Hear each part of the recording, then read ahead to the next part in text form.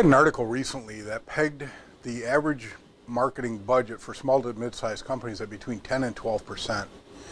If, as an example, your company has $500,000 in sales, that means you're spending between $50,000 and $60,000 annually to market yourself. Now, that's a lot of money. And on top of that, if you can't point to any results that you're getting from those marketing dollars, that gets a lot more than just frustrating. It used to be that tracking the results from your marketing effort was nearly impossible. With the advent of digital marketing, though, now you're starting to get the data that will allow you to find out exactly what's happening with your online advertising. And if you've got a really good marketing plan, you'll also be able to start to measure what's happening with your offline advertising as well. That's the good news. The bad news is that with the mountains of data that's available to you, the way that you measure your return on investment, or that ROI, is getting to be a lot more complicated and can be pretty complex. Basically, there are two models for measuring the return on investment that you get from your online advertising. There's a single session model and a multi-session model.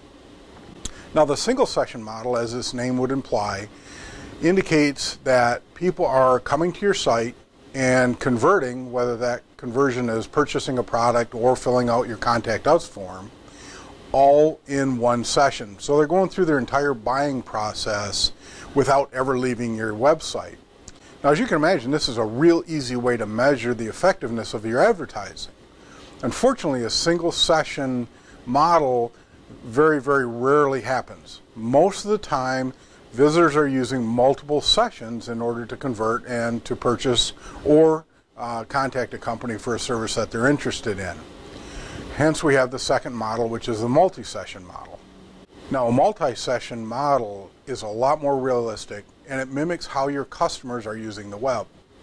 Here's how a multi-session model will work. So let's say that a customer happens to discover you because of one of your pay-per-click ads. They follow that ad and they come over to your site. They do a little bit of looking around to get a sense for who you are and what you do, and then they leave. The next session is they maybe happen to be on an industry-associated website and you've got a display ad there. They look at it, they're intrigued, they come back to your website because of that ad, take a look a little bit more in detail about the services and products that you have, and then they leave again. The third session, they remember who you are, so they just type in your domain name, come right to your site. This time they go into your products area, your services area, and they convert. They buy a product or they fill out the Contact Us form and become a lead into your system.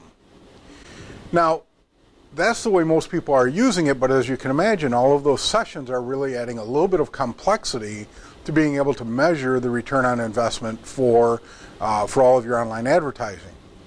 In fact, if you were to apply a single session model to that scenario that we just went through, in fact, you would be giving all of the credit to the fact that somebody typed your URL in directly into their browser and came to your website.